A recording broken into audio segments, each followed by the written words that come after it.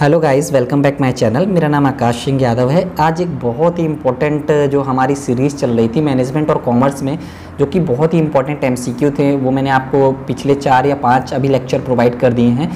Mostly subjects के हो चुके हैं, 3 या 4 सब्जेक्ट बचे हुए हैं, उनके भी हम आपको प्रोवाइड करने की कोशिश करेंगे एग्ज़ाम से पहले तक। ठीक है, तो जिन लोगों ने भी वो वीडियो ना देखा हो, फटाफट जाके वो वीडियो देख लो।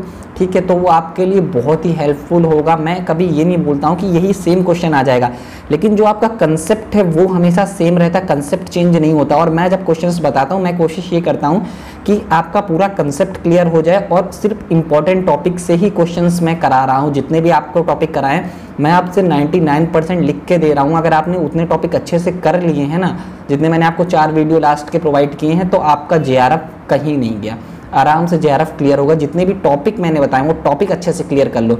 जो भी एमसीक्यू के टॉपिक हैं उन्हें बहुत अच्छे से क्लियर कर लो। ठीक है, एंड हाँ, इसके अलावा जिन्होंने भी अभी मेरा यूट्यूब चैनल को सब्सक्राइब नहीं किया है, जो पहली बार हमसे जुड़े हैं, वो फटाफट चैनल को सब्सक्राइब करो और बेल आइकन को भी दबा दो, ताकि जो भी उनको वीडियो हो, अभी पीएचडी से रिलेटेड जो वीडियो आएंगे वो भी उनको मिल जाएं पीएचडी प्रिपरेशन के लिए, या इसके बाद आपको बहुत सारे वीडियो, अभी बहुत अच्छे वीडियो आने वाले हैं, तो आपको उसका जो नोटिफिकेशन है वो तुरंत आपको मिल जाए, तो बेल आइकन आप प्रेस कर दो। ठीक है, एंड इसके अलावा जो लोग भी अभी टेलीग्राम चैनल पे नहीं जुड़े हैं, टेलीग्राम चैनल पे जुड़ जाइए फटाफट। वहाँ पे आपको जो भी नोट्स हैं वो इजीली मिल जाते हैं। ठीक है, तो चलो हम स्टार्ट करते हैं। देखो, जो हमारा फर्स्ट क्वेश्चन है वो ये बोल रहा है, which one of the following is not the function of protection management. तो देखो, प्रोडक्शन मैनेजमेंट का कौन सा फंक्शन नहीं है। देखो, प्रोडक्शन प्लानिंग एंड कंट्रोल आपने पढ़ा होगा, ये प्रोडक्शन मैनेजमेंट के अंदर आता है। प्रोक्योरमेंट ऑफ रॉ मटेरियल भी आपके प्रोडक्शन मैनेजमेंट के अंदर आता है। ठीक है, प्लांट लोकेशन और लेआउट आपने पढ़ा है, ये भी उसके अंदर आता है। लेकिन जो आपका मार्केट इंटेलिजेंस और जो सर्वे है, ये मार्केटिंग का पार्ट होता है। ठीक है, ये आपका प्रोडक्शन का पार्ट नहीं होता। अब आपको ये जो कंसेप्ट है ना, प्रोडक्शन प्लानिंग एंड कंट्रोल, इसका कंसेप्ट बहुत अच्छे से आपको प्रिपेयर कर लेना है। प्रोडक्शन प्लानिंग और कंट्रोल, ये 2 चीज़ें होती हैं, इनके अपने अपने एक प्रोसेस होते हैं। सबसे पहले अगर हम प्रोडक्शन प्लानिंग की बात करेंगे तो सबसे पहले एस्टिमेशन होता है। एस्टिमेशन के बाद आपका राउटिंग होता है। राउटिंग के बाद आपका शेड्यूलिंग होता है। शेड्यूलिंग के बाद आपका लोडिंग होता है। देन इसके बाद आपका सीक्वेंसिंग होता है, जब हम बात करेंगे प्रोडक्शन प्लानिंग की। एंड जब हम प्रोडक्शन कंट्रोल की बात करते हैं, उसमें हमारा डिस्पैचिंग होता है। ठीक है, सबसे पहले डिस्पैचिंग के बाद आपका फॉलोअप होता है। फॉलोअप के बाद आपका इंस्पेक्शन होता है, एंड इंस्पेक्शन के बाद इवोल्यूशन होता है। ठीक है, ये जो प्रोसेस हैं, इन पे क्वेश्चंस पूछ लिए जाते हैं, तो इन्हें तो आप अच्छे से प्रिपेयर कर लेंगे। ठीक है, फिर इसके बाद प्लांट लोकेशन और प्लांट लेआउट, तो आपको पता है प्रोक्योरमेंट ऑफ रॉ मटेरियल भी प्रोडक्शन से रिलेटेड है कहीं ना कहीं, तो जो इसका करेक्ट आंसर हो जाएगा वो सी हो जाएगा। ठीक है, अब हम नेक्स्ट क्वेश्चन पे बढ़ते हैं। ये बहुत इंपॉर्टेंट क्वेश्चन है। ठीक है, टाइम स्टडी रिफर्स टू। देखो, टाइम स्टडी का मतलब क्या होता है। सबसे पहले आपको ये जो टाइम स्टडी का कंसेप्ट था, ये आपके वर्क स्टडी का पार्ट होता है। सबसे पहले आप वर्क स्टडी आपको पता होना चाहिए। वर्क स्टडी के 2 पार्ट्स होते हैं। आपका पहला होता है मेथड स्टडी। ठीक है, मेथड स्टडी में आप ये फाइंड करते हो कि आपको कौन सा मेथड है जो सबसे ज़्यादा सूटेबल होगा, कौन सा ऐसा मेथड है जो आपको काम करने के लिए सबसे ज़्यादा सूटेबल होगा। ठीक है, फिर आप इसमें टाइम स्टडी भी करते हो एंड मोशन स्टडी भी करते हो। मोशन स्टडी में जो आपके अननेसेसरी मोशंस होते हैं उन्हें रिड्यूस करने की बात होती है, जिससे आपका पर्टिकुलर काम बहुत जल्दी हो जाए। ठीक है, टाइम स्टडी में आप ये आइडेंटिफाई करते हो कि पर्टिकुलर एक जो नॉर्मल वर्कर है उसको कितना टाइम लगता है पर्टिकुलर काम करने में। ठीक है, टाइम स्टडी में आप ये फाइंड करते हो। तो आप देखो, स्टैंडर्ड एक तरीके से आप फाइंड कर लेते हो टाइम स्टडी में। ठीक है, तो time study refers to developing a standard time to a particular task, जो आपको दिया है, तो ये आपका क्लियर हो जाएगा। इंप्रूविंग वर्क मेथड, नहीं, वर्क मेथड के अंदर तो आपके बहुत सारी चीज़ें आ जाएगी, तो वर्क मेथड नहीं होगा। वैल्यू एनालिसिस, वैल्यू एनालिसिस भी नहीं होगा। वैल्यू इंजीनियरिंग भी नहीं होगा। Time study is a part of work study, ये स्टेटमेंट बिल्कुल सही है। जो आपका टाइम स्टडी होता है ये वर्क स्टडी का पार्ट होता है। ठीक है, तो ये वाला भी करेक्ट हो जाएगा।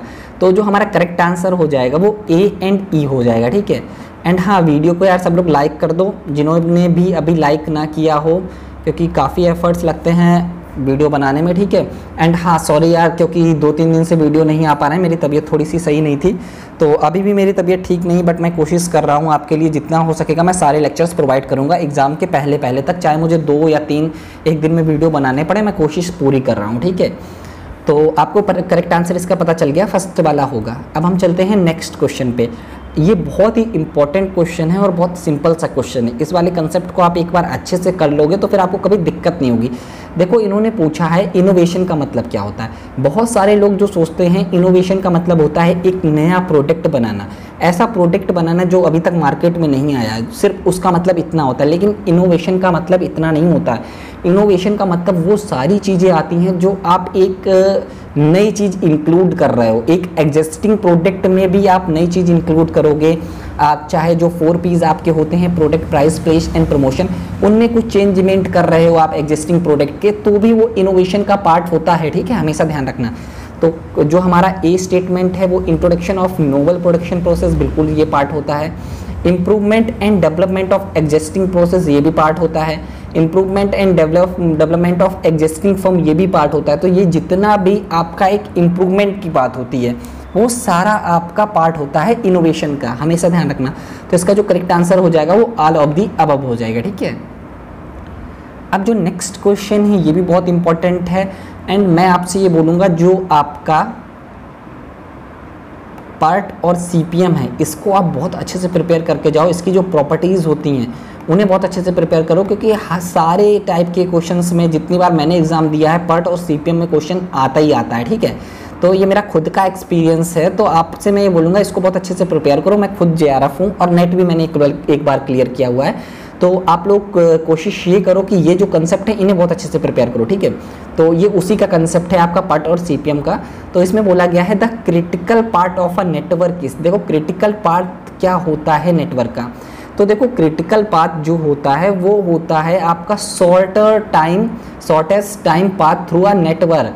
आप कितने कम समय में अपने काम को कंप्लीट कर सकते हो, जो शॉर्टेस्ट पाथ होगा, टाइम पाथ, कितने कम समय में। आपका जो सीपीएम और पार्ट है ये बेसिकली सीपीएम वहाँ पे यूज होता है जहाँ पे आपकी चीज़ें सारी क्लियर होती हैं। ठीक है, जहाँ पे सारी चीज़ें आपको पता होती हैं। पार्ट वहाँ पे यूज होता है जहाँ पे ज़्यादा क्लियरिटी नहीं होती है। तो यहाँ पे 3 आपके बनाए जाते हैं जो आपका पाथ होता है, यहाँ पे सिंगल पाथ होता है। ठीक है, ये प्रोबेबिलिटी के कंसेप्ट के पे बेस्ड होता है, हमेशा ध्यान रखना।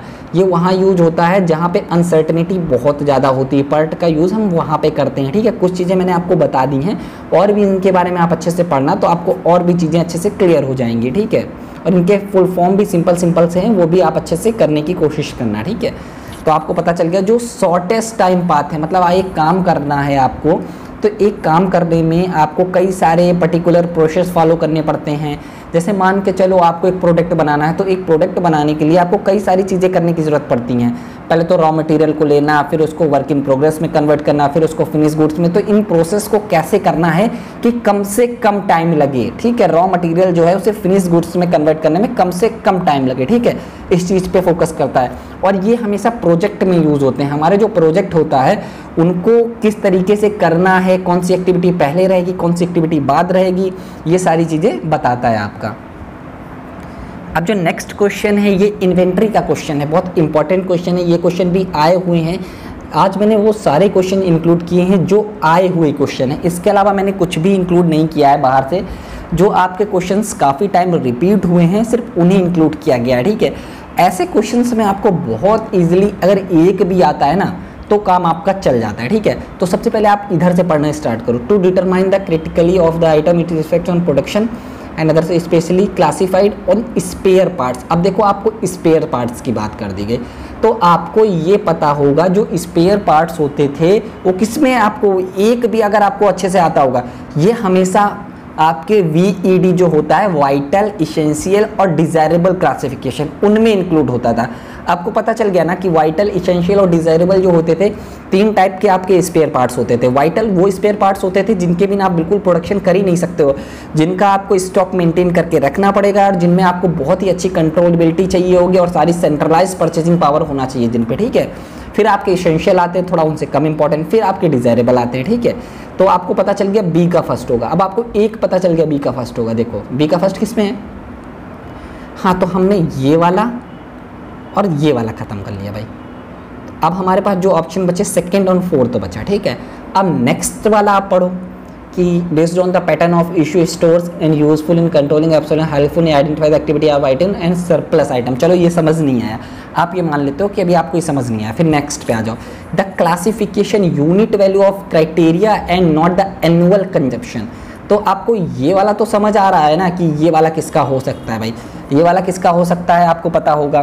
देखो HML क्या होता है कि high medium and low value से रिलेटेड होता है। HML क्या होता है, high value and medium value and low value, and ये वैल्यू पे बात करता है, ठीक है। तो वही चीज़ इसमें बोली गई है ना कि आपका the classification of unit value, ठीक है, एनुअल कंजम्पशन पे नहीं बेस्ड होता है, आपका यूनिट वैल्यू पे बेस्ड होता है। तो आपको अगर आपने एक बार अच्छे से पढ़ा होगा ना तब भी आपको बहुत अच्छे से क्लियर हो जाएगा। तो ए का थर्ड हो जाएगा ना, आपको क्लियर हो गया, ए का थर्ड हो गया, क्योंकि ये होता क्या, high medium and low value, ठीक है, क्लासिफिकेशन उस बेस पे होता है। तो ए का थर्ड देखो भाई किस में है, ए का थर्ड। अब आपको पता चल गया ये वाला भी नहीं हो सकता। ऐसे क्वेश्चंस को आपको ऐसे टैकल करने होते हैं, ठीक है। आपकी अप्रोच क्या होती है ये बहुत इंपॉर्टेंट होता है। आपको एग्जाम में कभी कभी सारी चीज़ें नहीं आती हैं, अगर आपको दो चीज़ें भी इनमें से पता है ना तो आपका काम हो जाता है, ठीक है, ये मेन चीज़ होती है। एंड SDE क्या होता है आपका, SDE जो होता है वो होता है स्केयर्स, डिफिकल्ट एंड ईजी। तो आपका इसका जो करेक्ट आंसर होगा सी का, वो फोर्थ हो जाएगा। वो कैसे है देखो, based on problem faced in procurement availability of item and useful in the context of scarcity of supply. देखो आपके जो क्वेश्चंस होते हैं ना उन्हीं पे आंसर होता है। देखो इसका मतलब भी होता है स्केयर्स, ठीक है, स्केयर्स, डिजायरेबल एंड इसेंशियल। तो आपको पता चल गया ये हो सकता है। स्केयर्स इसमें दिया भी गया है। इस पे जो आपका क्लासिफिकेशन होता है वो अवेलेबिलिटी के अकॉर्डिंग होता है, कौन सा आइटम जो है आपको बहुत इजीली अवेलेबल हो जाता है, कौन सा आइटम आपको अवेलेबल नहीं होता है, ठीक है।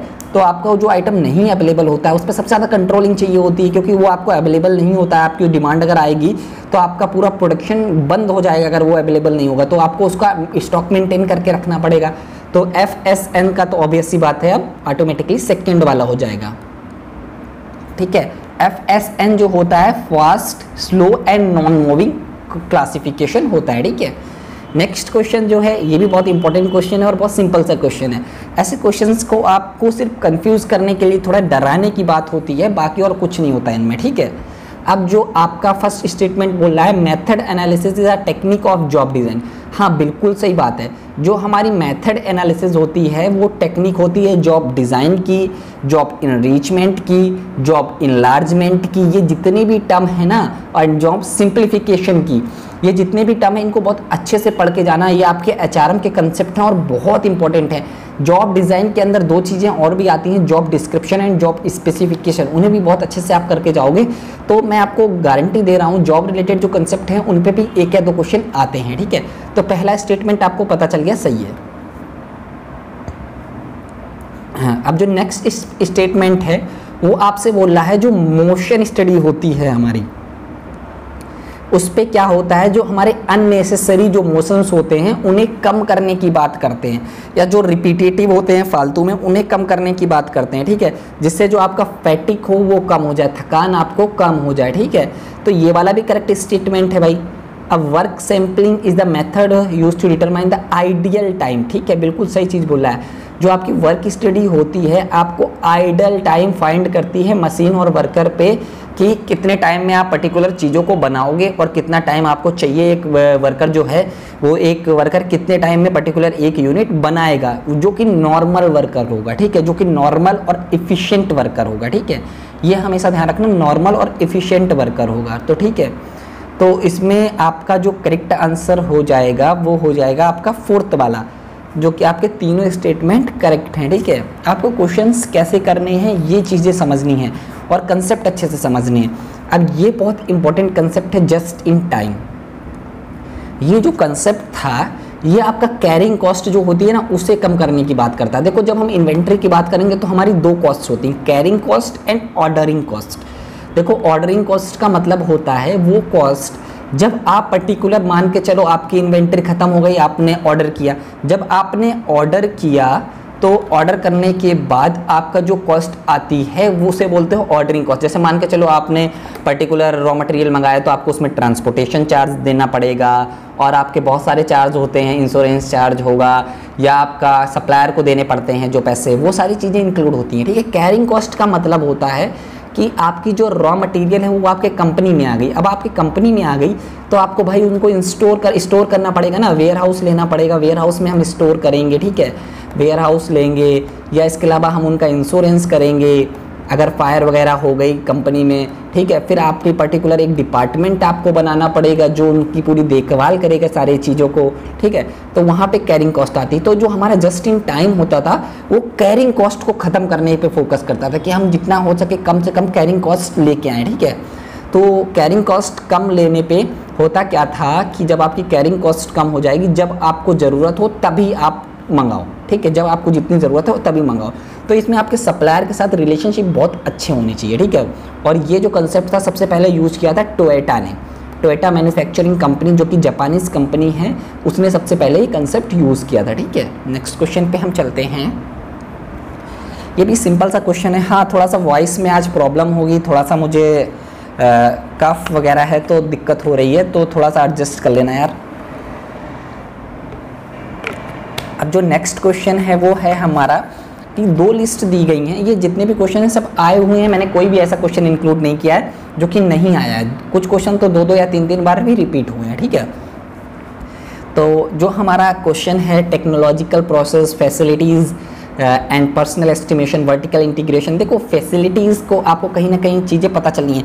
जो हमारा फैसिलिटी होता है ना वो पर्टिकुलर आपका लेआउट से रिलेटेड होता है, लेआउट से रिलेटेड होता है। अब आप कहोगे सर लेआउट क्या होता है? लेआउट सबसे पहले 2 इंपॉर्टेंट डिसीजन होते हैं। सबसे पहले आपका प्लांट की लोकेशन इंपॉर्टेंट डिसीजन होती है। आपने प्लांट की लोकेशन डिसाइड की, फिर आपका लेआउट डिसीजन आता है। प्लांट लेआउट का मतलब होता है कि जो आपके रिसोर्सेज हैं, मैन, मटेरियल, मेथड, मशीनरी, ये कंपनी के अंदर कैसे काम करेंगे, इन्हें आप कैसे ऑर्गेनाइज करेंगे, ये आपकी फैसिलिटी लेआउट में डिफाइन होता है। तो देखो फैसिलिटी सिंपल सा है, आपको फैसिलिटी से सिंपल यहाँ फैसिलिटी दिख रहा है, फैसिलिटी लेआउट, तो आपको इजी चीज़ें पता चल गई। तो बी का तो फर्स्ट होगा ही भाई। अब बी का फर्स्ट किस में है? थर्ड ऑप्शन में है और फर्स्ट ऑप्शन में है, ठीक है भाई साहब। आपको करना कैसे है क्वेश्चन, ये बहुत इंपॉर्टेंट है। तो ये वाला गया एंड ये वाला गया। अब टेक्नोलॉजी चलो अभी हमें समझ नहीं आ रहा, फिर हम पर्सोनल की बात करते हैं। पर्सोनल हम बोलते हैं अपने ह्यूमन रिसोर्स को। ह्यूमन रिसोर्स जो होता है हमारा, तो ह्यूमन रिसोर्स का जब एस्टिमेशन करते हैं या HR सप्लाई या डिमांड की बात हो रही है, तो वहाँ पे आपका स्किल रिक्वायरमेंट, सुपरवाइज़र रिक्वायरमेंट आती है, ठीक है। ये चीज़ें आपको ईजिली समझ आ रही होंगी, कोई ज़्यादा डिफिकल्ट नहीं है। सी का फोर्थ, अब सी का फोर्थ भाई दोनों में हो सकता है, फिर भी अभी कन्फ्यूज़न है। और देखते हैं अब वर्टिकल इंटीग्रेशन की बात की। देखो 2 चीज़ें होती हैं, हॉरिजॉन्टल एंड वर्टिकल। तो देखो जो वर्टिकल होता है वो ऊपर की ओर चलता है। तो वर्टिकल में क्या होता है, इसमें आपके एक्विजिशन डिसीजन आ सकते हैं, वेंडर कैपेबिलिटीज़ आ सकती हैं, ये सारी चीज़ें इसमें इंक्लूड होती हैं। तो डी का सेकेंड हो गया। अब क्लियर हो गया कि इसका करेक्ट आंसर जो होगा वो फर्स्ट वाला होगा।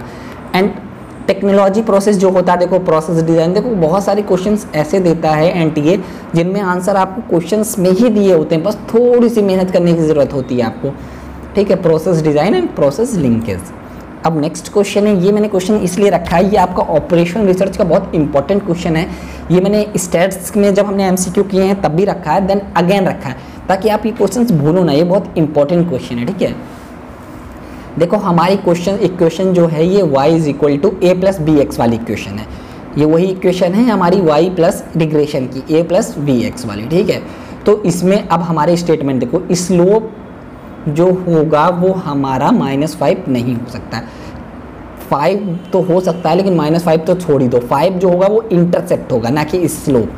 तो वर्टिकल इंटरसेप्ट वुड बी 0.5, ये भी नहीं हो सकता है। स्लोप वुड बी +5, बिल्कुल नहीं। जो हमारा x के साथ होता है हम उसे स्लोप बोलते हैं। हमेशा ध्यान रखना, जो x के साथ होता है हम उसे स्लोप बोलते हैं। x के साथ, देखो x के साथ, x के s आ रहा है ना, s के साथ, x के साथ तो स्लोप, ऐसे आप याद रखो। x के साथ जो होगा वो स्लोप होगा। जब y वाली इक्वेशन आएगी तो y के साथ जो होगा वो स्लोप होगा, ठीक है। साथ की बात आती है, ऐसे आप याद रख सकते हो। तो इसका करेक्ट आंसर ये हो जाएगा, स्लोप वुड बी +0.6, ठीक है। नेक्स्ट क्वेश्चन पे हम चलते हैं। ये बहुत इंपॉर्टेंट क्वेश्चन है। जितने भी चार्ट है ना, इन्हें बहुत अच्छे से देख के जाना आप लोग। ये चार्ट बहुत इंपॉर्टेंट हैं, ये स्टैटिस्टिकल क्वालिटी कंट्रोल के पार्ट होते हैं। तो हम आपको इनके बारे में थोड़ा सा बता देते हैं भाई। तो हमारा जो स्टैटिस्टिकल क्वालिटी कंट्रोल होता है ये 2 टाइप्स में आपको डिवाइड करता है, ठीक है। मैं आपको डिटेल नहीं बता रहा हूँ, इनके बारे में आप बहुत अच्छे से पढ़ोगे खुद, मैं आपको सारी चीज़ें बता रहा हूँ कितने टाइप्स के होते हैं, क्या होते हैं, आप उन्हें बहुत अच्छे से पढ़ना। और पढ़ने के बाद अगर कुछ प्रॉब्लम हो तो टेलीग्राम चैनल है अपना, वहाँ पे जुड़ जाओ, तो वहाँ पे आके पूछ लेना, कोई दिक्कत नहीं है। तो अभी थोड़ा रिप्लाई मैं कम दे पा रहा हूँ क्योंकि यार मेरा कोर्स वर्क भी स्टार्ट होगा और मेरी तबीयत भी थोड़ी ख़राब है। IIT खड़गपुर का कोर्स वर्क मेरा स्टार्ट हो गया है। तो जो हमारे 2 टाइप्स के होते हैं, कंट्रोल चार्ट जिसको हम लोग प्रोसेस चार्ट भी बोलते हैं, ठीक है, कंट्रोल चार्ट को आप प्रोसेस चार्ट भी बोलते हो, ठीक है, हमेशा ध्यान रखना। दूसरा हमारा होता है एक्सेप्टेंस चार्ट।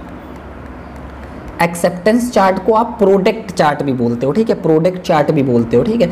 फिर ये फर्दर डिवाइड होते हैं आपके, फर्दर वेरिएबल और एट्रीब्यूट्स में, वेरिएबल और एट्रीब्यूट्स में, ठीक है, वेरिएबल और एट्रीब्यूट्स में।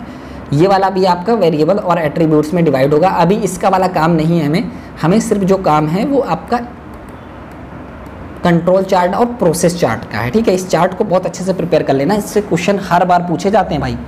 तो जो हमारा कंट्रोल चार्ट होता है वेरिएंस में, उसमें 3 केस होते हैं, 3 वेज पे बन सकता है। एक्स बार चार्ट होता है, वो आर चार्ट होता है और अल्फा चार्ट होता है, ठीक है।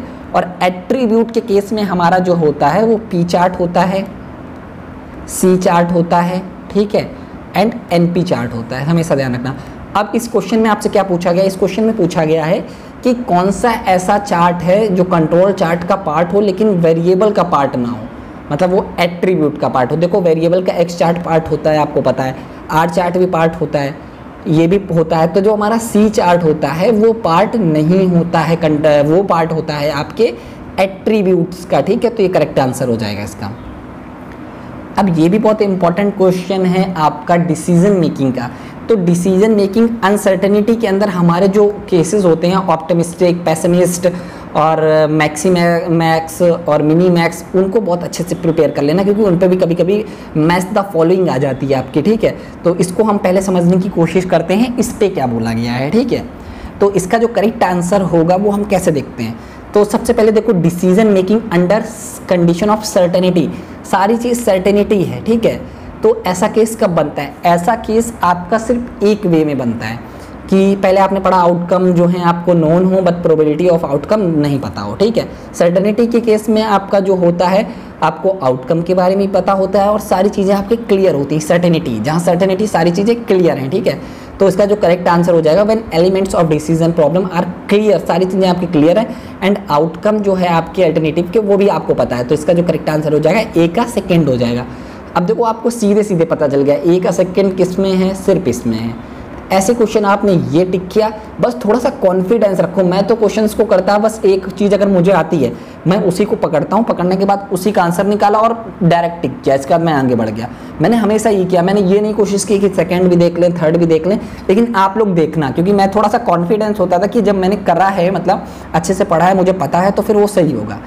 अब जो हमारा बी वाला केस है वो है आपका कंडीशन ऑफ रिक्स। अब रिक्स का जो केस होता है वहाँ पे पॉसिबिलिटी आपकी पता होती है, रिक्स के केस में आपको पॉसिबिलिटी पता होती है लेकिन चीज़ें आपको क्लियर नहीं होती हैं, ठीक है। एक तरीके से आप ये बोलते हो कि प्रोबेबिलिटीज़ आपको पता होती हैं, ठीक है। तो इसका बी का थर्ड हो जाएगा। अब ए का तो ऑब्वियस सी बात है, वो ए फर्स्ट ही हो जाएगा, ठीक है। अब हम नेक्स्ट क्वेश्चन पे चलते हैं। ये बहुत इम्पॉर्टेंट है, जो डेमिंग थे इन्होंने बहुत काम किया है आपके क्वालिटी पे, ठीक है। क्वालिटी गुरु भी इन्हें बोला जाता है। तो इन्होंने एक साइकिल बनाई थी, जो आपकी साइकिल है कंटिन्यूस इम्प्रूवमेंट की। कंटिन्यूस इम्प्रूवमेंट को आप काइजैन भी बोलते हो, काइजैन जो कि आपका जापानीज टर्म है, जापानीज टर्म जिसका मतलब होता है कंटिन्यूस इम्प्रूवमेंट, ठीक है। तो उसमें क्या होता है भाई, उसमें आपका जो प्रोसेस है वो प्रोसेस इन्होंने बताया है वो आपका है सी वाला।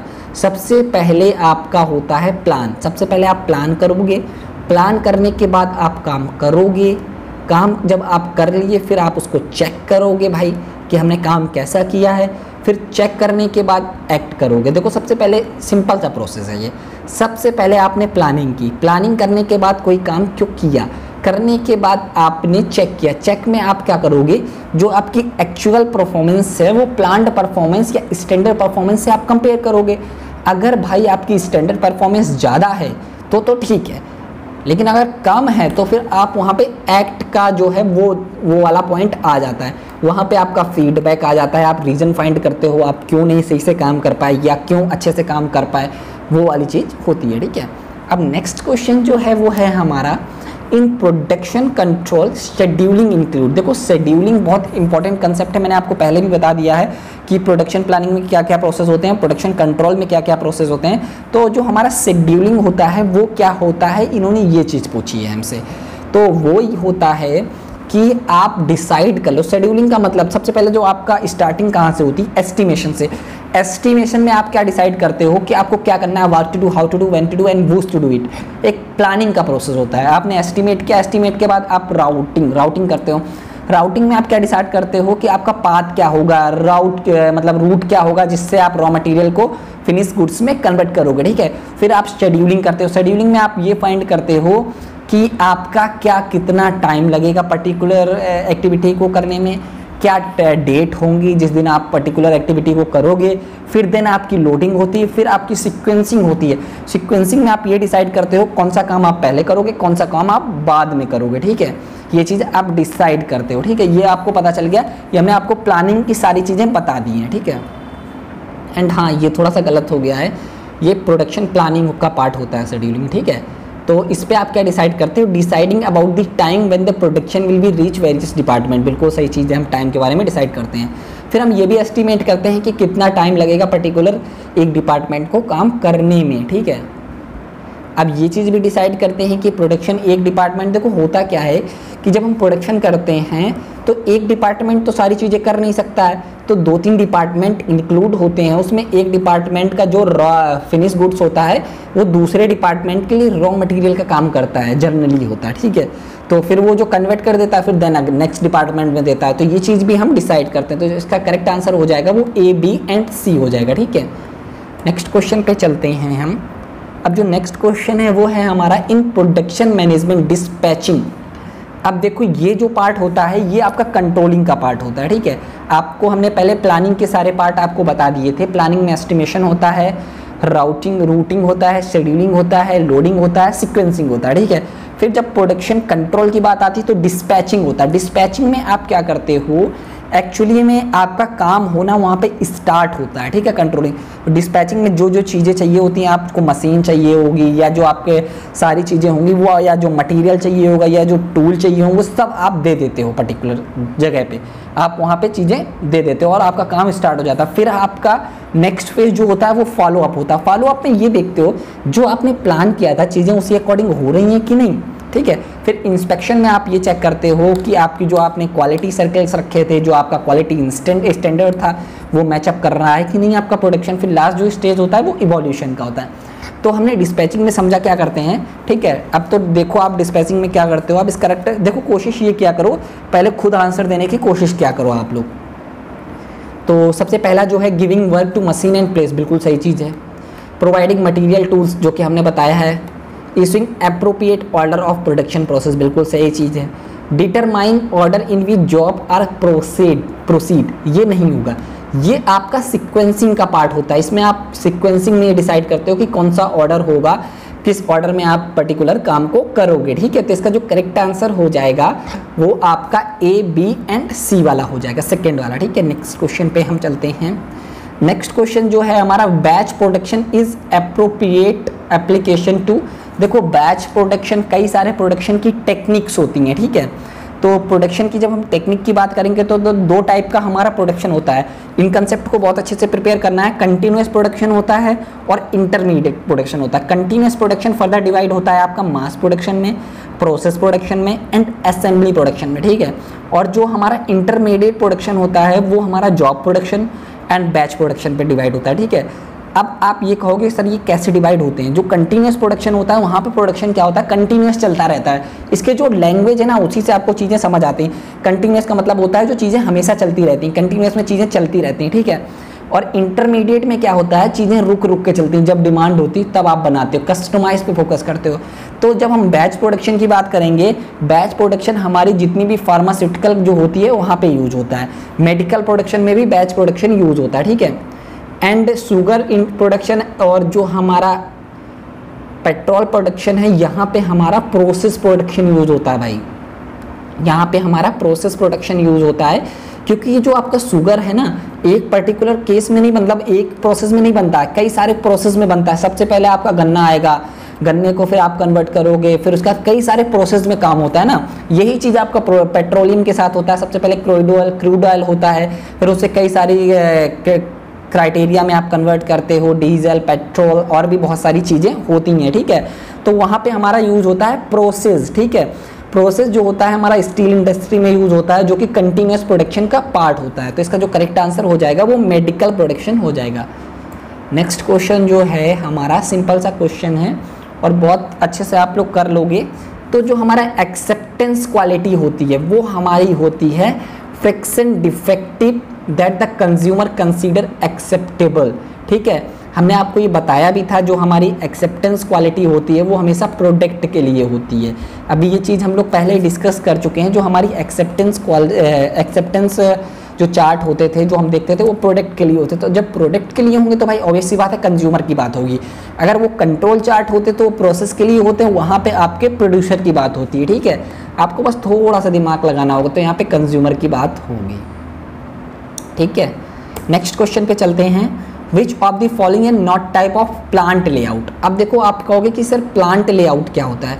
तो देखो प्लांट लेआउट क्या होता है कि कंपनी के अंदर, कंपनी के ये जैसे आपकी कंपनी है, इसके अंदर कौन सी मशीन कहाँ होगी, कौन से जितने भी आपके रिसोर्सेज होते हैं, man, material, method, machinery and management, उनको आप कैसे अरेंज कर रहे हो, इसी को आप बोलते हो प्लांट लेआउट। इसके भी कई सारे मेथड्स होते हैं, उन मेथड्स को आप अच्छे से देखना, देखने के बाद जहाँ पे आपको दिक्कत हो मुझे बताना। उसमें आपका प्रोडक्ट लेआउट होता है, प्रोसेस लेआउट होता है, फिक्स पोजिशनल लेआउट होता है, सेलुअल लेआउट होता है, कंबाइंड लेआउट होता है, क्राफ्ट होता है, CRAFT, ठीक है। यह इसके मेथड होते हैं CRAFT। अब इसका फुल फॉर्म आप लोग मुझे बताना और ये क्या होता है आप लोग कमेंट करके मुझे ये चीज़ बताना, ठीक है। क्राफ्ट क्या होता है, ठीक है, बहुत इंपॉर्टेंट है, 1-2 बार एग्जाम में पूछा गया। तो इसमें पूछा गया कि कौन सी टेक्निक जो है प्लांट लेआउट की नहीं। देखो प्रोडक्ट हमने आपको बताई होती है, प्रोसेस भी होती है, फिक्स पोजिशनल भी होती है, लेकिन रेसिडेंशियल जो होता है लेआउट ये नहीं होता है भाई, ठीक है। तो इसका करेक्ट आंसर जो डी हो जाएगा। अब हम नेक्स्ट क्वेश्चन पे चलते हैं, जो है which of the following factor is considered in the selection of plant location. अब आप प्लांट की लोकेशन डिसाइड कर रहे हो तो कौन कौन से फैक्टर आपको इंपॉर्टेंट है। देखो सोर्स ऑफ रॉ मटेरियल, बिल्कुल आप वहाँ जाने की कोशिश करोगे जहाँ आपको रॉ मटेरियल ईजिली प्रोवाइड हो जाए, जिससे क्या होगा कि आपका ट्रांसपोर्टेशन कॉस्ट कम हो जाएगी। अवेलेबिलिटी ऑफ वाटर बहुत इंपॉर्टेंट है भाई। तो जहाँ पे वाटर होता है वहाँ पे ज़्यादा इंडस्ट्रीज़ होती हैं। आप देखते भी होंगे जहाँ पे जैसे जो रिवर होती हैं वह उनके किनारे आपका ज़्यादा इंडस्ट्रीज़ होती हैं। मार्केटिंग फैसिलिटीज़ भी होनी चाहिए, ठीक है। तो इसका करेक्ट आंसर जो हो जाएगा डी हो जाएगा, ठीक है। अब जो हमारा नेक्स्ट क्वेश्चन है वो है वर्क मेजरमेंट रिफर्स टू। अब ये वाला जो कंसेप्ट है बहुत सिंपल सा है भाई।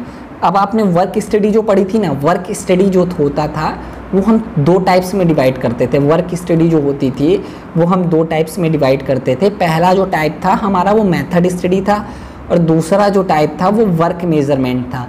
वर्क मेजरमेंट था जिसमें आप क्या स्टडी करते थे, time study and motion study, जिसमें आप स्टडी करते थे टाइम की एंड मोशन की, ठीक है। आपको चीज़ें बस बेसिक पता होंगी ना, तब भी क्वेश्चन आप कर ले जाओगे। ये सारे क्वेश्चन आए हुए हैं कभी ना कभी, मोस्टली क्वेश्चन मैंने 3 या 4 साल लास्ट वाले ही रखे हैं। तो आप खुद देखो, आपको अगर बेसिक पता है ना तब भी आप कर ले जाओगे। तो आपको पता चल गया वर्क मेजरमेंट के अंदर जो आपका टाइम स्टडी और मोशन स्टडी इंक्लूड होता है। इंप्रूविंग वर्क मेथड तो भाई हो ही नहीं सकता है, वो तो पूरा इंक्लूड हो जाता है, वहाँ पे आपका मेथड स्टडी भी आ जाता है। Arrangement of machine according to sequence of operation, ये भी नहीं हो सकता है भाई। Planning the work and working the plans, ये भी नहीं हो सकता। जो हमारा हो सकता है the length of time it takes to complete a work task assign to a specific job, ठीक है। टाइम के बारे में हमने आपको बात बताई है ना, टाइम स्टडी और मोशन स्टडी को कंसीडर करता है, ठीक है। तो इसका जो करेक्ट आंसर हो जाएगा वो ए हो जाएगा। ये क्वेश्चन मैंने इसलिए रखा है, ये भी बहुत इंपॉर्टेंट क्वेश्चन है और कई बार रिपीट हुआ है ये क्वेश्चन, तो इसलिए मैंने इसको रखा है। बहुत सिंपल सा क्वेश्चन है, ज़्यादातर लोग इस क्वेश्चन को कर लेंगे मुझे लग रहा है। तो जो हमारा पॉइजन डिस्ट्रीब्यूशन होता है ये सिर्फ उनकी प्रॉपर्टी पे बेस्ड है। जो हमारा पॉइजन डिस्ट्रीब्यूशन होता है वहाँ पर हमारा मीन और वेरिएंस हमेशा इक्वल होता है। आपको जैसे ये पता है मीन और वेरिएंस इक्वल होता है, तो ये दोनों आपके चलेगा, ठीक है। अब आपको बी नॉर्मल डिस्ट्रीब्यूशन, मैंने आपको कई बार बताया हमेशा सिमेट्रिक होता है। सिमेट्रिक का मतलब होता है लैक ऑफ स्क्यूनेस, ऐसा होता है, ठीक है, ऐसा। जहाँ पे आपका मीन और मीडियन और मोड बराबर होते हैं। तो आपको पता चल गया ना, नॉर्मल डिस्ट्रीब्यूशन जो थर्ड हो जाएगा। तो आपको करेक्ट आंसर इजीली पता चल गया, ये वाला भी हट गया। ठीक है, चाय स्क्वायर टेस्ट हमेशा पॉजिटिव स्क्यूड होता है। अब आपको कहोगे सर पॉजिटिव स्क्यूड क्या होता है, वो चीज़ भी हमने आपको बताई है।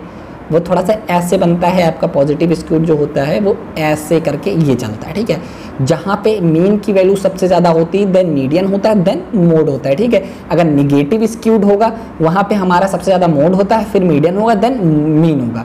ठीक है, और इस वाले कंडीशन पे मीन मीडियन मोड तीनों इक्वल होते हैं। अब आपका बाइनोमियल ऑब्वियस सी बात है, मीन जो होगा ग्रेटर देन पेरियांस होगा। तो हमारा जो करेक्ट आंसर हो जाएगा वो सी हो जाएगा। अब नेक्स्ट क्वेश्चन है, बहुत सिंपल सा है।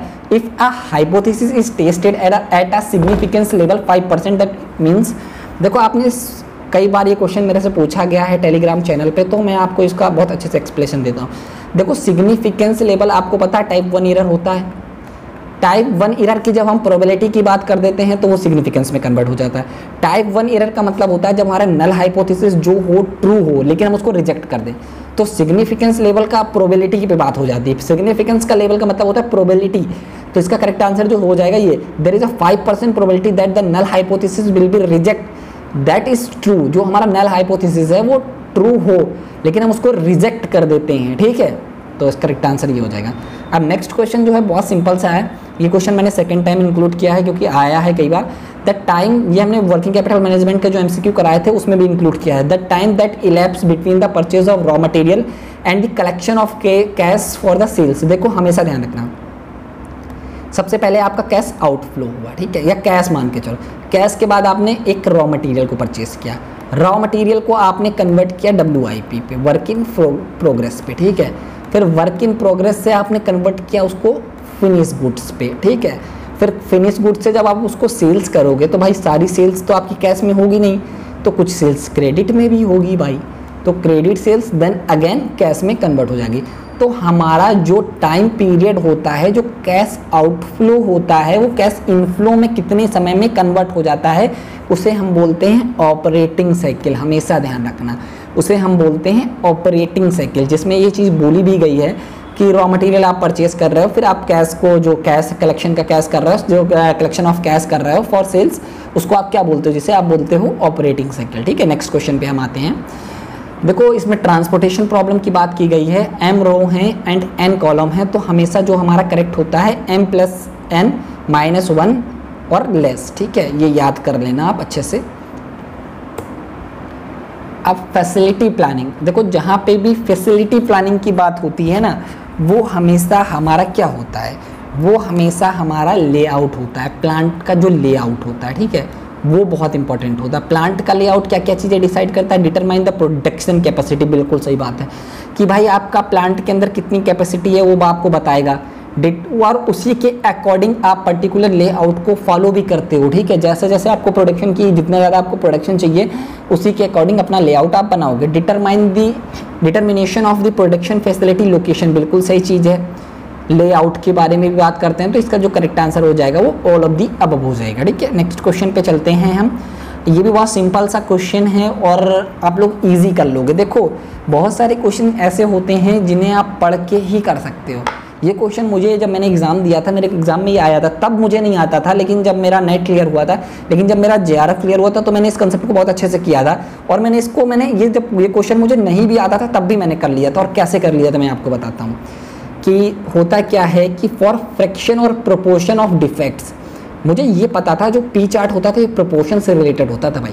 P चार्ट जो होता था प्रोफेशन से रिलेटेड होता, प्रोपोर्शन जो होता उससे और फ्रैक्शन से रिलेटेड होता था। तो मैंने भाई A का 4th किया, A का 4th की, देखो A का 4th किस में है, A का 4th सिर्फ आपका B में है, B आपका करेक्ट हो गया। नंबर ऑफ डिफेक्ट्स का जो होता है वो इजीली आप NP चार्ट से बता सकते हो। For number of defects for unit की बात होगी, जब यूनिट की बात होगी तो हमारा C चार्ट की बात होगी। ठीक है, और जब सिर्फ ऐसे डिफेक्ट की बात होगी तो वो NP चार्ट की बात होती है। फॉर मॉनिटरिंग प्रोसेस वेरिएबिलिटी, जिसे हम देखते हैं R चार्ट से। ठीक है, जो कि आपका रेंज से रिलेटेड होता है। अब ये वाला सिंपल भी मैंने ये वाला क्वेश्चन भी मैंने कई बार कराया, पैरामेट्रिक और नॉन पैरामेट्रिक पूरे टेस्ट कराए हुए हैं, वो वीडियो आप सेपरेट देख सकते हो, तो आपको ये क्लियर हो जाएगा कि कौन सा ऐसा टेस्ट होता है जो पैरामेट्रिक और नॉन पैरामेट्रिक दोनों में यूज किया जा सकता है। उसे हम बोलते हैं चाई स्क्वायर टेस्ट। जो हमारा चाई स्क्वाड टेस्ट होता है वो पैरामेट्रिक के केस में भी यूज हो जाता है और नॉन पैरामेट्रिक के केस में भी यूज हो जाता है।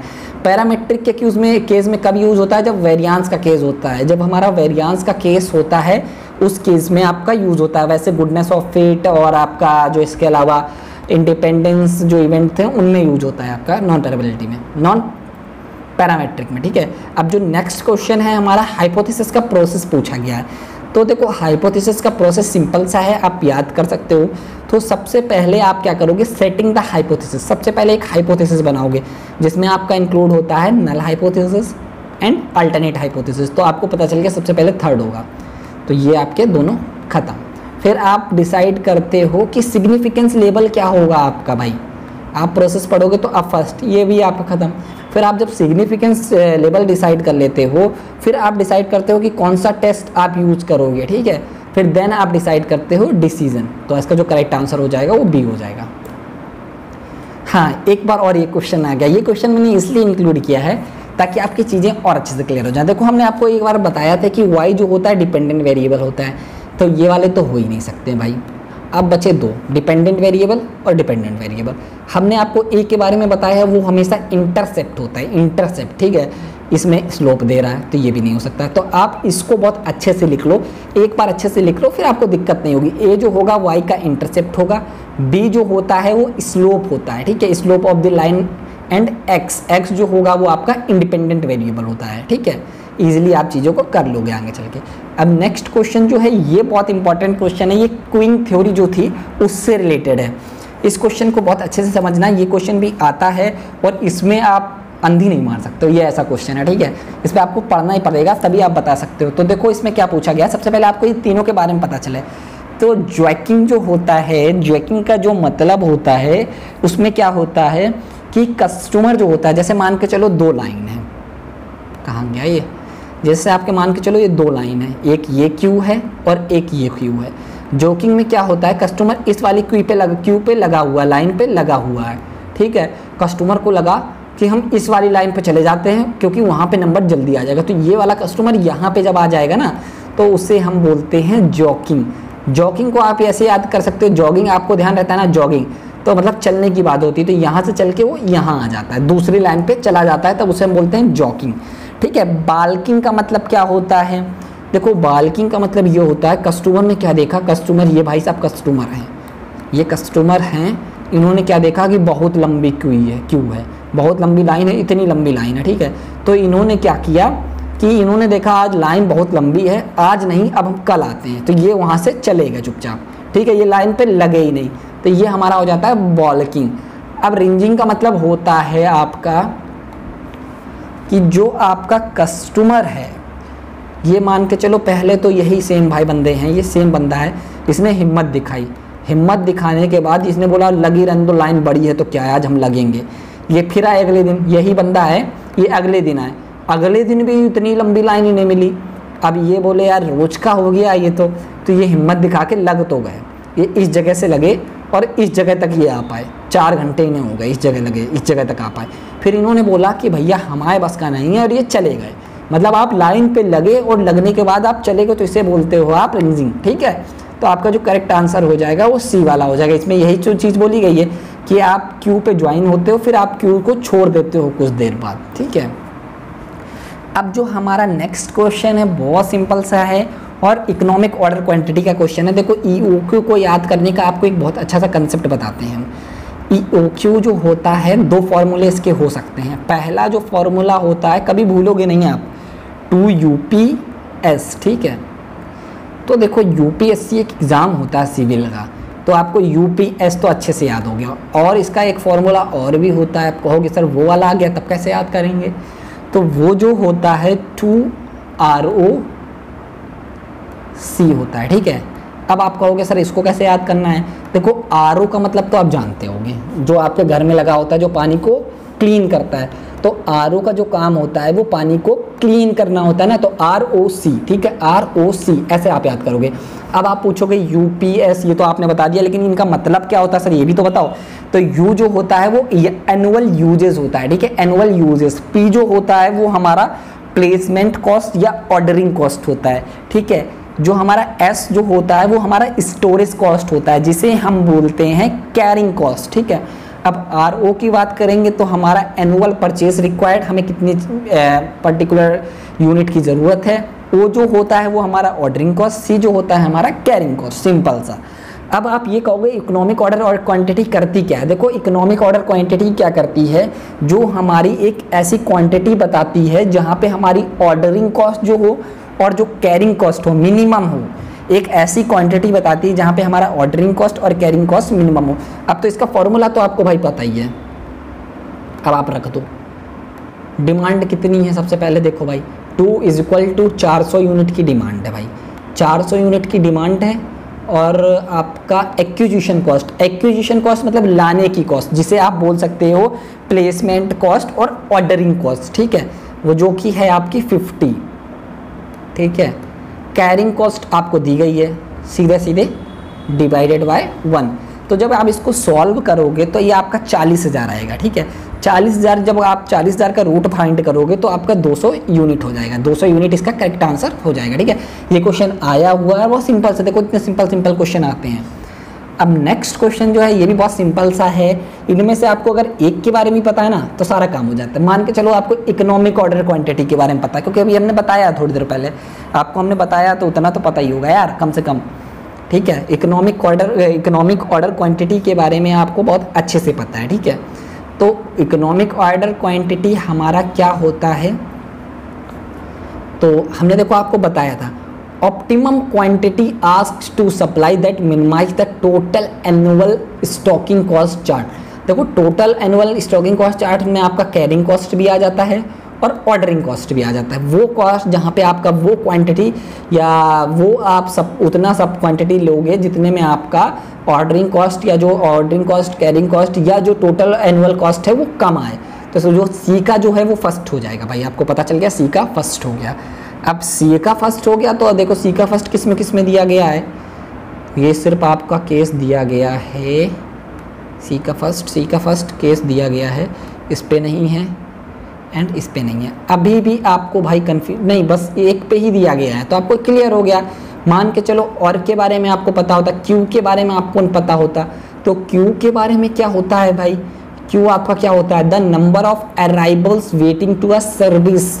मतलब क्यू में लाइन आप तभी लगाते हो ना कि आपको सर्विस लेने के लिए जब किसी चीज़ की बैंक में गए, ठीक है, तो आप वेटिंग का मतलब एक नंबर लगाते हो ना, तो आपको क्यू भी पता चल गया। गैंट चार्ट मान लो आपको नहीं पता। काइजन के बारे में मैंने आपको बताया था, कंटिन्यूस इंप्रूवमेंट की बात होती है। जब भी हम काइजन की बात करेंगे, काइजन कॉस्टिंग भी होती है, जो आपका अकाउंटिंग का कंसेप्ट है, जिसमें कंटिन्यूस इंप्रूवमेंट की बात होती है। जापानीज टर्म है जिसका मतलब होता है कंटिन्यूस इंप्रूवमेंट। भाई साहब देखो कंटिन्यूस इंप्रूवमेंट कहाँ है, चौथे का मतलब बी का चौथा, ठीक है। तो ईजिली आपने कर डाला, ठीक है, फिर तो आपको ज़रूरत ही नहीं है फालतू अब इतना ज़्यादा देखने की, ये आपका सही आंसर हो गया। अब नेक्स्ट पे चलते हैं, ये भी सिंपल सा है, इसको भी आप इजीली कर लोगे, कोई ज़्यादा डिफ़िकल्ट नहीं है, बहुत जल्दी हम करते हैं थोड़ा सा। एंड वीडियो को यार लाइक कर दो और चैनल को सब्सक्राइब कर दो सारे। अभी बहुत सारे वीडियो अभी आने बाकी हैं, क्योंकि अभी जैसा ही आपका नेट या जेआरएफ हो जाएगा, तो मैंने बहुत सारे पीएचडी के इंटरव्यू दिए हैं और मैंने आईआईटी खड़गपुर अभी रिसेंटली ज्वाइन भी किया है, तो उससे रिलेटेड जो एक्सपीरियंस है वो भी मैं आपको शेयर करूँगा। अभी थोड़ा सा नेट का एग्जाम है इसलिए मैं वो चीज़ें नहीं शेयर कर रहा हूँ कि आप लोग भी वहाँ पे बिजी हो गए, तो वो चीज़ें अभी इंपॉर्टेंट नहीं है आपके लिए। अभी इंपॉर्टेंट है नेट या जेआरएफ निकालना, नेट नहीं, ठीक है। तो अब जो नेक्स्ट क्वेश्चन है वो है हमारा 32 का जो करेक्ट आंसर है वो आपको कैसे देखना है। देखो आपको एक्टिविटी के बारे में पता था। एक्टिविटी का मतलब होता था any physical identifiable part of project, जिसे आप आइडेंटिफाई कर लेते हो। एक्टिविटी का जो यूज होता था वो आपका क्रिटिकल पाथ मेथड पे यूज होता था। हमेशा ध्यान रखना, जो क्रिटिकल पाथ मेथड होता था सीपीएम, वहाँ पे एक्टिविटी का यूज होता था। वहाँ पे चीज़ें अनसर्टेनिटी नहीं होती थी, वहाँ पे सर्टेनिटी होती थी। आप इजी सारे चीज़ें बता सकते थे। तो आपको पता चल गया ए का थर्ड होगा। इवेंट का यूज होता था आपके पर्ट पे, जहाँ पे थोड़ी सी अनसर्टेनिटी होती थी भाई,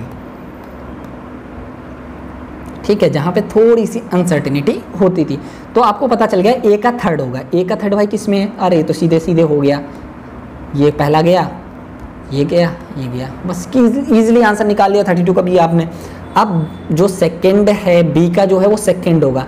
the terminal point of activity is called event, ठीक है।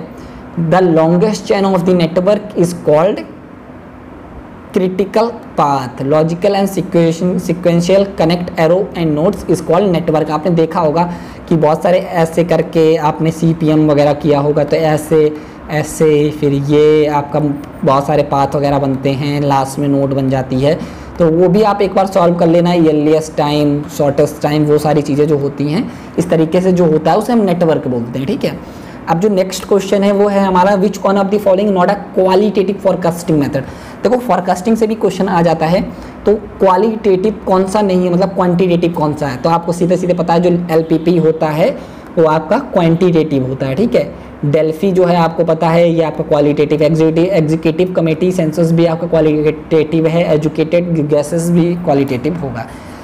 हाँ, जो नेक्स्ट क्वेश्चन है वो है हमारा means identifying and imitating the best in the word specific task and function. ये भी सिंपल सा क्वेश्चन है, इजीली आप लोग कर लोगे। जल्दी से आप लोग पहले आंसर देने की कोशिश करना है, जितने भी आपके क्वेश्चन सही हो रहे हैं उसका जरूर आंसर लिखना है, एंड वीडियो का फीडबैक जरूर दिया करो यार, क्योंकि उससे क्या होता है यार, थोड़ा सा आप लोग लाइक कर देते हो, थोड़ा सा मोटिवेशन मिलता है और भी मन करता है आपके लिए अच्छे अच्छे वीडियो लाने के लिए, और कुछ नहीं बस थोड़ा सा मोटिवेशन मिलता है। इसलिए आपसे बोलता हूँ वीडियो को लाइक कर दिया करो और अच्छे अच्छे कमेंट भी कर दिया करो। जैसा भी जो भी आपको फीडबैक देना हो वो दे सकते हो, कोई दिक्कत नहीं है, वो चाहे पॉजिटिव हो चाहे वो निगेटिव हो।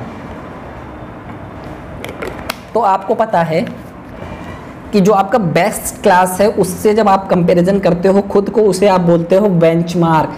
अपने लिए एक स्टैंडर्ड सेट कर लेते हो, ठीक है आप, जिसे आप बोलते हो बेंचमार्क। क्वालिटी सर्कल नहीं होता है। आउटसोर्सिंग आपका इंटरनेशनल बिजनेस का कंसेप्ट है। कंटिन्यूअस इंप्रूवमेंट काइजान जिसे हम बोलते हैं, ये भी नहीं होता, ठीक है।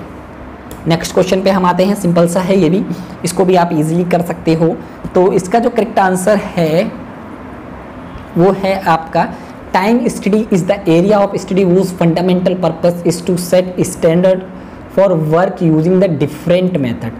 तो देखो इन्होंने क्या बोला है, स्टैंडर्ड फॉर वर्क की बात कर दी।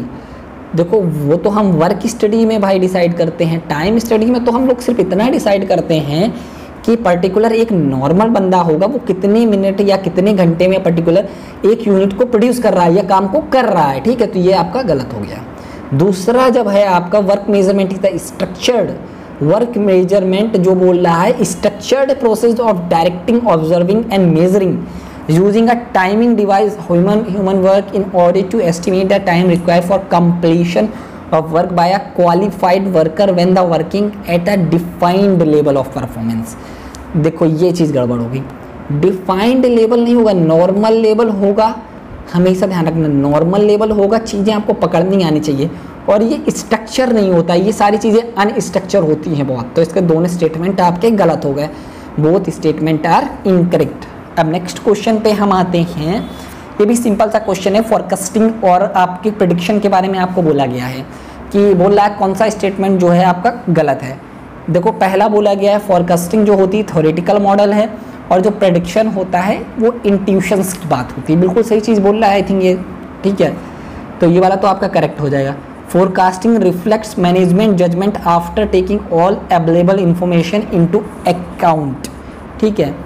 फोरकास्टिंग में बोला while the predicting involve the projection of the past into the future, ये बिल्कुल गलत स्टेटमेंट है भाई। ये गलत इसलिए है कि प्रोजेक्शन की बात नहीं होती है प्रेडिक्शन में, प्रोजेक्शन की बात नहीं होती, और पास्ट का भी बहुत कम कंसीडर करते हैं वो बेसिकली एक इंट्यूशंस जो होते हैं उन पे ज़्यादा काम करते हैं, ठीक है। तो ये वाला जो है वो आपका स्टेटमेंट ऑब्वियस सी बात है सही होगा, और ये भी सही होगा। तो जो करेक्ट आंसर हो जाएगा, जो इनकरेक्ट है वो सेकेंड वाला स्टेटमेंट है। अब नेक्स्ट क्वेश्चन है like roots of a tree.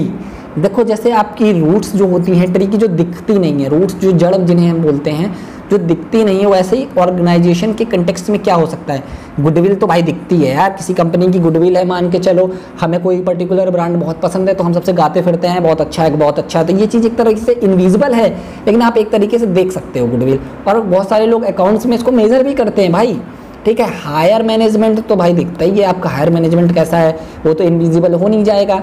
जो कैपिटल इन्वेस्टमेंट आपने कितनी की है ये आपकी बैलेंस शीट बता दे। जो आपकी कोर कॉम्पिटेंसी हैं वो चीज़ें आपकी दिखती नहीं है, ठीक है, लेकिन बहुत इंपॉर्टेंट होती हैं। नेक्स्ट क्वेश्चन जो है वो है हमारा what is the location of lower control limit in the X bar and R control. देखो हमेशा ध्यान रखना आप जब भी लोअर की बात करोगे तो आप हमेशा माइनस करोगे 3 स्टैंडर्ड डेविएशन से। जब आप अपर की बात करोगे तो हमेशा आप क्या करोगे, ऐड करोगे। तो यहाँ पे आप बिलो सेंटर, सबसे पहले ये 3 आपकी बनती है, ये आपकी सेंटर लाइन होती है, ये आपकी अपर लाइन होती है और ये आपकी लोअर लाइन होती है, ठीक है। जब हम इसकी बात करेंगे तो यहाँ पे माइनस करते हैं 3 स्टैंडर्ड डेविएशन से, इसमें कुछ नहीं होता, नॉर्मल होता है, यहाँ पे प्लस 3 स्टैंडर्ड डेविएशन से होता है, ठीक है। नेक्स्ट क्वेश्चन जो है, technique which can help an organization to reduce inventory. देखो टीपीएम जो होता है वो होता है टोटल प्रोडक्शन मेंटेनेंस, ये नहीं होगा भाई। सीआरएम कस्टमर रिलेशनशिप मैनेजमेंट होता है, सीपीएम होता है क्रिटिकल पाथ मेथड, ठीक है। जो एमआरपी होता है वो मटेरियल रिक्वायरमेंट प्लानिंग होता है। तो इसका करेक्ट आंसर आपका डी हो जाएगा। नेक्स्ट क्वेश्चन जो है, what is the ultimate effect of इनएडिक्वेट production capacity. देखो अल्टीमेट का मतलब होता है लास्ट इफेक्ट किसके ऊपर होता है कि अगर आपकी प्रोडक्शन कैपेसिटी अच्छी नहीं होगी, तो जब आपकी प्रोडक्शन कैपेसिटी अच्छी नहीं होगी तो भाई ऑब्वियस सी बात है, जो आप जिसके लिए काम कर रहे हो कस्टमर के लिए, आप उसको अच्छी सर्विसेज नहीं दे पाओगे, तो इसका करेक्ट आंसर डी हो जाएगा। नेक्स्ट क्वेश्चन जो है बहुत सिंपल सा है, इसको भी आप इजीली कर लोगे, कोई दिक्कत नहीं होने वाली है। Structure of transportation cost depends on which of the following factor. देखो हमारा जो ट्रांसपोर्टेशन प्रॉब्लम होती थी उनमें आप क्या देखते थे, ट्रांसपोर्टेशन प्रॉब्लम में आप ये देखने की कोशिश करते थे कि जब आप पर्टिकुलर रॉ मटेरियल को लेके आओगे या जो आपका फिनिश गुड्स है उसे भेजोगे, तो उसका ईजिली वे कौन सा है, मतलब सबसे कम टाइम में आ जाए और सबसे कम कॉस्ट लगे, ठीक है। ट्रांसपोर्टेशन में आप ये चीज़ें देखते थे। तो जो इसका करेक्ट आंसर हो जाएगा वो सी वाला हो जाएगा। क्यों हो जाएगा हम बताते हैं आपको, पावर से हमें मतलब नहीं है। एवरेज डिस्टेंस आप देखते हो, हमेशा डिस्टेंस की बात होती है ट्रांसपोर्टेशन में। कैरेक्टरिस्टिक्स ऑफ कमोडिटी भी आप देखते हो कि आपकी कमोडिटी कैसी है। आपकी कमोडिटी मतलब बहुत सारी कमोडिटीज़ होती हैं जो एक दिन में ख़राब हो जाती हैं, बहुत सारी कमोडिटीज़ होती हैं जो ख़राब नहीं होती हैं। फिर आपका मीडियम ऑफ शिपमेंट है, ये भी आप डिसाइड करते हो कि आपको कौन सा शिपमेंट यूज़ करना है, वो भी आप उस अकॉर्डिंग डिसाइड करते हो। जो आपका कैरेक्टरिस्टिक्स ऑफ कमोडिटी है, अगर आपकी कमोडिटी बहुत जल्दी ख़राब होने वाली है तो आप चाहोगे कि जो आपकी कमोडिटी है वो ईजी जल्दी से आ जाए। अगर आपकी कमोडिटी थोड़ा लॉन्ग लास्टिंग है तो फिर आप चाहोगे कि वो थोड़ा सा ऐसे मीडियम से आए जिससे आराम से आ जाए, कोई दिक्कत नहीं, 2 4 5 6 7 दिन में आ जाए। डिमांड भी वैसे इफेक्ट करती है, वो भी आप इंक्लूड कर सकते हो। नेक्स्ट क्वेश्चन जो है, some of the common objective of good layout are of the following. देखो अगर आपका लेआउट बहुत अच्छा है, जो आपका इंटरनल होता है लेआउट का मतलब मैंने आपको अच्छे से बताया हुआ है, तो उसके क्या फ़ायदे होते हैं, इस क्वेश्चन में आपसे ये चीज़ पूछी गई है। अगर आपका लेआउट अच्छा है, देखो लेआउट जो होता था वो आपके फैक्ट्री के अंदर की बात होती थी, जिसमें आपके जितने भी 4P प्रोडक्ट प्राइस सॉरी नहीं, जिसमें आपके जितने रिसोर्सेज होते थे, मैन मटेरियल मेथड मशीनरी और जितने भी आपके मैनेजमेंट हैं, उनको आप बहुत अच्छे से यूटिलाइज कर रहे हो अंदर, तो आप उसे बोलते थे गुड लेआउट। अब इसमें देखो effective utilization of available space, आपके अंदर जितना भी स्पेस है, ये जितना भी आपका स्पेस है उसको बहुत अच्छे से यूटिलाइज करो, बिल्कुल सही चीज़ है। मिनिमाइजेशन ऑफ रिजेक्शंस, ठीक है। दूसरा पॉइंट आपसे बोला गया है मिनिमाइजेशन ऑफ रिजेक्शन, ये थोड़ा सा आपको कंफ्यूज कर रहा है, रिजेक्शंस की तो यहाँ पे बात ही नहीं आती थी, ठीक है। फिर थर्ड होता है इकोनॉमी मटेरियल हैंडलिंग। इसका मतलब होता था कि जैसे मान के चलो ये बंदा है और ये बंदा है, तो आप ऐसे अरेंज करते थे कि आपको पता है जो इसका जो आपका फिनिश गुड्स है, मतलब इसके बाद इस चीज़ जो आपका रॉ मटेरियल है यहाँ आएगा, तो आप इसको यहाँ ऐड करोगे, इसको आप यहाँ नहीं ऐड करोगे ताकि ये बंदा जाए फिर इसको यहाँ दे के आए, फिर ये बंदा अलग इसको देने जाए। तो आप ऐसे अरेंज करते थे कि एक बंदा दूसरे को तो दूसरा तीसरे को तीसरा, जिससे आपके जो मोशंस होते थे वो भी कम हो जाते थे और मटेरियल हैंडलिंग जो होती थी वो भी कम प्राइस में हो जाती थी। तीसरा जो चौथा पॉइंट है मिनिमाइजेशन ऑफ प्रोडक्शन डिलेज, बिल्कुल सही बात है, तो जिसका करेक्ट आंसर हो जाएगा वो सी हो जाएगा। हाँ 43 जो है कैनवान कॉस्टिंग, जो कि बहुत इंपॉर्टेंट है। कैनवान कार्ड होता है, इसके बारे में आप लोग अच्छे से पढ़ के मुझे बताना कि इसका जो करेक्ट आंसर तो मैंने आपको बता दिया है डी होगा, लेकिन क्यों होगा वो आप मुझे रीज़न फाइंड करके दोगे। टेलीग्राम चैनल पे जुड़ जाना, टेलीग्राम चैनल पे इसके रीजंस देना, या आप लोग मुझे आप कमेंट बॉक्स पे भी कमेंट करके इसके आंसर्स दे सकते हो, ठीक है। और थैंक यू ऑल, बहुत बहुत थैंक यू सबका जिन्होंने भी अभी पूरा लेक्चर देखा है। एंड वीडियो को लाइक करो, चैनल को सब्सक्राइब करो, और बहुत अच्छे अच्छे वीडियो अभी आने वाले हैं। एंड कोशिश ये करो कि यार अच्छे से प्रिपरेशन करो, और मैं ये बोलूँगा इसी बार JRF निकालने की कोशिश करनी है, नेक्स्ट टाइम नहीं करनी है, क्योंकि बहुत सारी चीज़ें होती हैं कि एक रिवीजन ही इतना बड़ा कोर्स है तो आप रिवीजन करने में ही थक जाते हो, ठीक है। Okay, thank you.